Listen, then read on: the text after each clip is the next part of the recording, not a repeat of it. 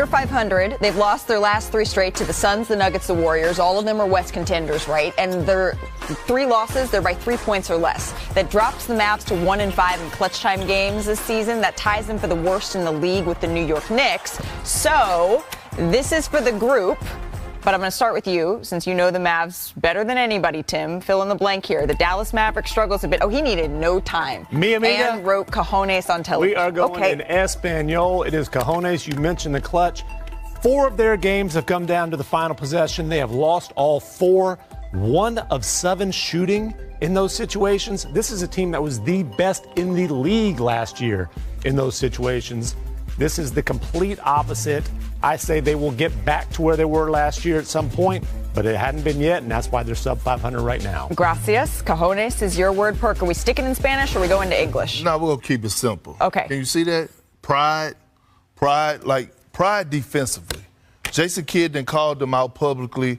You watch Luka in the fourth quarter, especially against Golden State. No effort whatsoever. No pride to even try to slide those puppies. And it's a ripple effect, right? When you're a team that went to the finals last year, you got to have that same hunger. You got to be starving. I don't see that out of the Dallas Mavericks. They're going to put up points because you have Kyrie Irving, you have Luka, you have Clay, you have dynamic rollers. Defensively, starting with the top, when are you going to have pride defensively, self-pride, so that guys are not picking on you?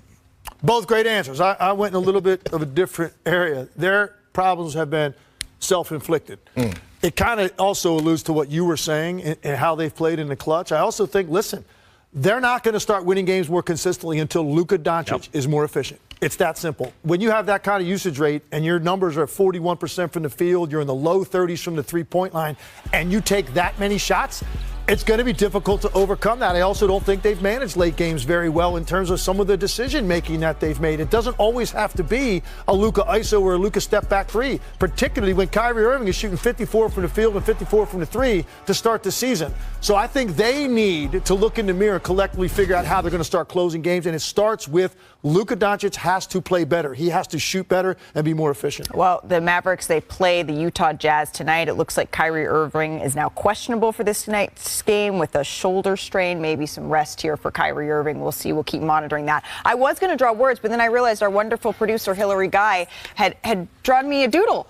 I think it's supposed to be me. So it was too cute. I couldn't erase it. The curly hair. That's pretty good. I'm feeling it. Hillary, I want one of me. Yeah. We'll work on that in the break. I think Hillary can whip that up. Still to come on NBA Today. Time for a little NBA Today. Fill in the blank, shall we? So I'm going to give you all a statement, and it's going to be missing one important word. And you can write your choice of word with our fine marker board in front of you, our dry erase board.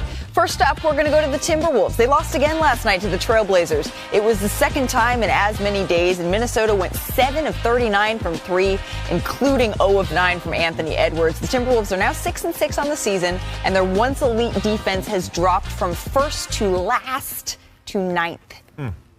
Right? Yeah. Perk, fill in the blank. The Timberwolves' biggest issue is blank. It's shooting. Okay. Right? Like, I'm not going to overreact to their defense. I mean, 1st to 9 is not bad. They still top 10, but they're on a 3-game losing streak right now. As a team, they're shooting 27% from the 3, and Anthony Edwards is 8 for 33 in his last 3 games from 3.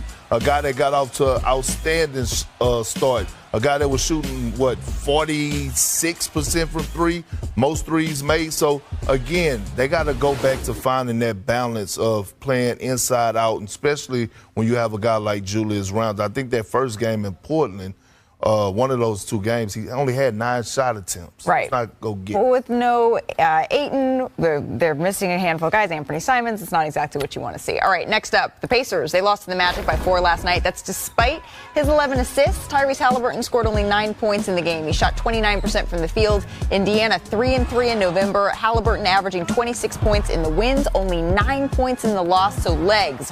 Please fill in the blank. Tyrese Halliburton's biggest problem is? This doesn't have to be one word. I cleared that up before the segment. Okay, so we're doing multiple words here. You know me, I can't do anything. Writing a book. No, that's you, Tim. You're writing the book. All right, here we go. Ready? Here's the problem. Floor too low. Here's what I mean by that. He's got 6 games this year in which he has combined to shoot 26% from the field and 20% from the three-point line. What this means is when he's bad, he's not giving his team a chance to win. You've got to find some middle ground. Like, even on a bad night, you've got to get to certain numbers in this league if you want to really be considered an all-star caliber player. You find a way to do it.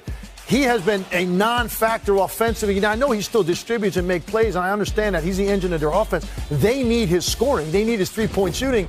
And on too many nights, his floor is too low to give them a chance to overcome it. I'm glad you cleared that up because I was going ceiling is the roof, floor too low. We always talk about player ceilings. So yes. What's their floor? His is too low. His is in the basement. Absolutely. All right, one more. The Dallas Mavericks. So, from LeBron's current team to a team where he spent half of his career, and the crazy thing is, the kid from Akron never did what this Cavaliers team is currently doing. Darius Garland and the unbeaten Cavaliers taking on a very shorthanded 76ers team here. Garland, he said last year after the broken jaw he lost his joy. He certainly found it here again with this team doing what he has been doing. The Cavs take a lead here early. Going ahead, though, to the fourth quarter, halfway through. Jared McCain, if there is a bright spot for the 76ers, it is him. He has impressed me. He plays hard. He's a natural scorer. He's always in attack mode. The Sixers found themselves a real player. When they get back at full strength, he's going to be great supplemental offense for them. 6 threes for Jared McCain, but Donovan Mitchell says, you know what? I know I was looking for the triple-double. I came up a little bit short. The win is more important, and they do just that to continue on to 13-0. But this is interesting. Here's a look at the odds for when the Cavs will lose their first game. The most likely game, this is according to ESPN Bet, Tuesday in Boston. But if the Cavs stay undefeated through that game, the schedule softens a whole lot. So we could see this rolling for a while, but I know Tuesday, Perk, we got to get our popcorn out. We had a ton of hoops last night, but let's narrow it down. It is time. The big 3 plays of the night, and we're going to start with number 3 in Portland. Shaedon Sharpe, the Blazers hosting the Timberwolves here, the fourth quarter. The Blazers leading by 6. Listen. 1 and 2 better be good. That's all I got to say.